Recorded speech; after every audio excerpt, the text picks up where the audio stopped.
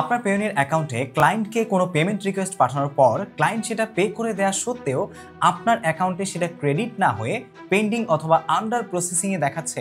আর সেই সমস্যার সমাধান কিভাবে করবেন সেটাই কিন্তু আপনি খুঁজে বেড়াচ্ছেন। তাই আজকের এই ভিডিওতে আমরা সেটাই আপনাকে দেখাবো যে কিভাবে খুবই সহজে মাত্র 5 মিনিটে আপনি এটার সমাধান করতে পারেন। Hello, this is Saifur Rahman Azim. আমি একজন কন্টেন্ট ক্রিয়েটর এবং দীর্ঘ 5 বছর যাবৎ কন্টেন্ট ক্রিয়েশন রিলেটেড কাজের জন্যই কিন্তু আমি পেওনিয়ার ব্যবহার করে আসছি, যার কারণে এই সমস্যার সম্মুখীন বারবার হয়েছি। তাই আজকের ভিডিওতে আপনাদেরকেও সেটা দেখাতে চলেছি। So let's get started. তো প্রথমেই আমরা আমাদের পেওনিয়ার অ্যাকাউন্ট লগ ইন করে নিব।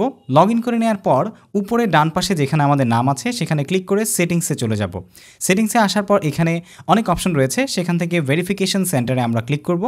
এখানে ক্লিক করার পর আপনি দেখতে পাবেন একটি নোটিফিকেশন যেখানে ওপেন আইটেমসে গেট ইউর পেমেন্টে হোয়াই প্রোভাইড দিস ইনফরমেশনে আপনাকে বলা হচ্ছে so that we can get a better understanding of the business transaction related to this payment and deliver the payment to you once documents are submitted review will take up to 2 days।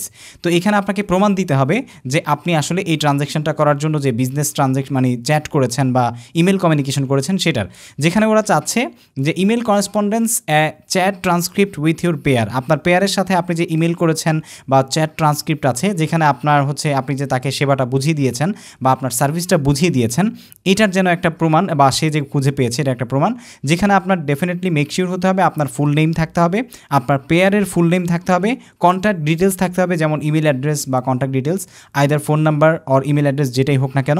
সেই সাথে আপনার এটা কিন্তু definitely clear হতে হবে, high রেজুলেশনের photo হতে পারে বা স্ক্যান কপি হতে পারে অরিজিনাল ডকুমেন্টের, অথবা হচ্ছে uncropped and showing the full correspondence with the pair. এই ফাইলগুলো আপনি জেপিজি, পিএনজি, জিফ, TIFF এবং PDF আকারে আপলোড করতে পারবেন। সো এটা আপলোড করার জন্য এখানে উপরে দেখতে পাচ্ছেন ব্রাউজ একটা আইকন আছে, এই ব্রাউজে ক্লিক করে আপনি আপলোড করতে পারবেন। তো অলরেডি আমি আমার সেই ট্রান্সক্রিপ্টগুলোকে বা ইমেইল কমিউনিকেশনগুলোকে PDF করে রেখেছি।